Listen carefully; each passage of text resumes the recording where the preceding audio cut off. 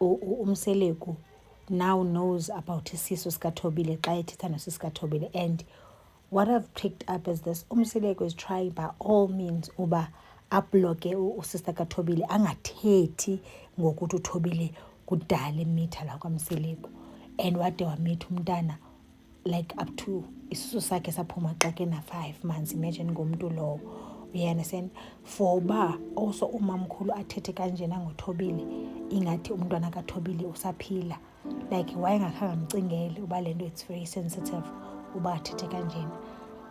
Ayike kule clip yokugqibela hayi ndibulawa into yobana uba umseleku ongonqeni ukuthi bana i-reason yena uyayazi i-reason yoba uThobile why izisu zakhe zingahlali. Uthini? Before that umseleku uthi yena i-reason yoba wayengamxeleli uMakhumalo about uMakhwela, it is simply because wayevumelene nomamkhulu. Uthi usista kaThobile ndiyakuva but kaloku uyamdinga uMakhumalo kule situation, uyanisena yakho yothatha umfazi. So wayengakhange uye kumamkhulu ubuye kumakhulu xa lo Makhumalo because oyena muntu uphethe izitixo apha zezulu zebhanki nguMakhumza. Wayengakhange uxelele uMakhumza, uyanisena? Like umusa guys uthatha abafazi engenamali yobasapota. Aba bafazi ubathathela bani? So uThobile funeka nje bonke aba bafazi. Hayi sana, so ndiyazibuza and ndiyazibuza usogqiba kwakho uthi ke kule clip yogqibela ubana yena uyasazi isizathu sokuThobile angazali. Isizathu sakhe soba uThobile angazali uthi it's because of isipho somuntu wakuloThobile ongakhange afuna usithatha. Hayi ndiyabona nobuya kutata uKhumalo straight wathi sayothathwa nguThobile. So esasipho si-jealous. Ayibo sana, isipho a gift from God. Ibe jealous na guys, ikhona yakaba khona naloo nto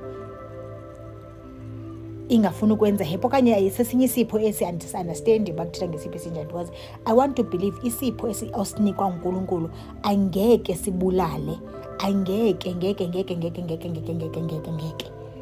andifuna unless basesinye ningasazi basisuka kuThixo esiclean ngeke sibulale.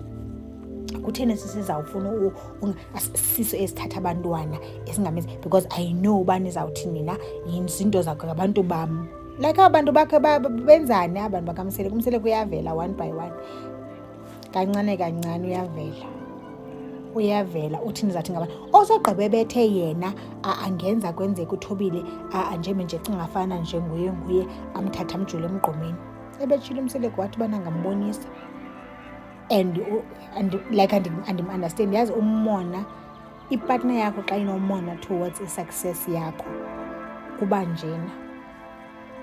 At this point ndifile ngathi umseleku ebefuna uThobile asebenza, gqiba usebenza ii-invoices zonke zikaThobile asayine, osogqiba i-account ezingena kuyo ibe ngabe i-account yebusiness ibe i-account kaMseleku.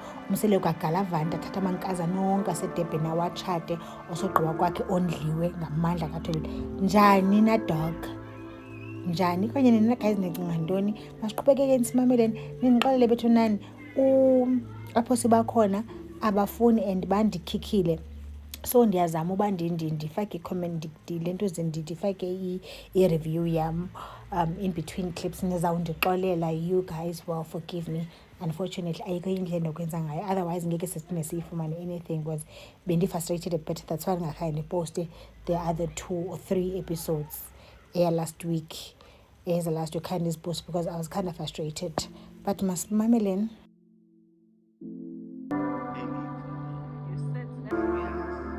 Mzumbe, intombi mayikhulelwe idibana nomamazala before isiwe kulo mfana.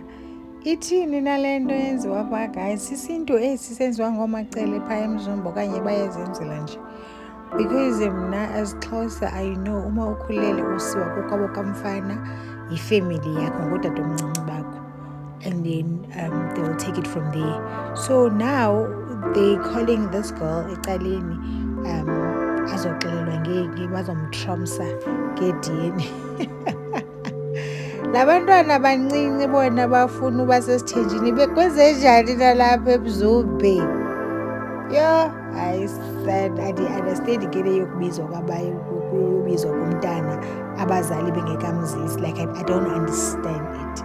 I don't understand the discussion umacela abe naye lo mntwana ukuthi why are we having this discussion, where are your parents, yabo. But ke zindlela izinto ezenziwa ngayo indawo azifani nazi, noba eDurban yenziwa kanjena, KZN sorry to say yenziwa kanje, but or specifically eMzumbe yenziwa kanjeya, but thina ngapha ekoloni ayenziwa kanjeya. Imagine xa ndiyomitha umamazala wama like a potential, ubhuzise nge-potential abamazala just uba ndiyobuzwa uba ndikhulelwe nyhani na. Yho, hayi sada.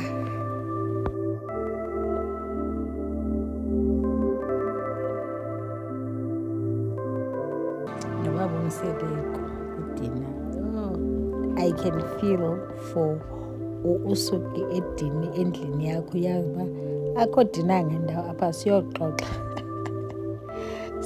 apha. But I like the fact that uNombela addressing nje kakuhle umsebenzi, but the way that is bull. What?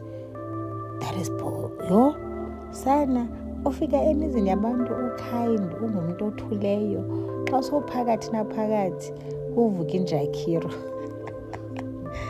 xulela straight uba that is bull. Aka-appreciate lo tata, aka-appreciate tu into azenzelwa ngabantu, yonke into about yena. Hayi sana utatakhe lo wamshiyayo wayenza into because ngoku sikhulisa indoda efuna ehleli nje umseleke ehleli nje ufuna uxelelwa ngabantu uba hayi siyakuthanda, hayi asikuthandi.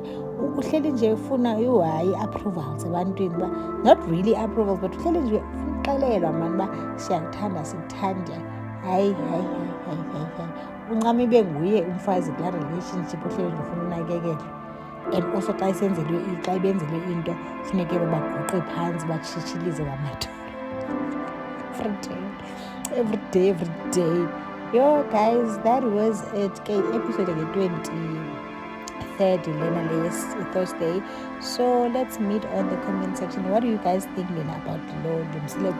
Mna I feel like now Mseleko makadlale Monday to Friday nithithida, because wow there's a lot we can talk about ngala family, and indaba zala family zitshintsha every day. Indaba za noba bekuthiwa ziscriptiwe eziya, every day Mseleko utshintsha apha uyikhameleon xa fika kuloo ndawo ufika benjalo, xa fika kuloo ndawo ufika benjalo. Mna ndicela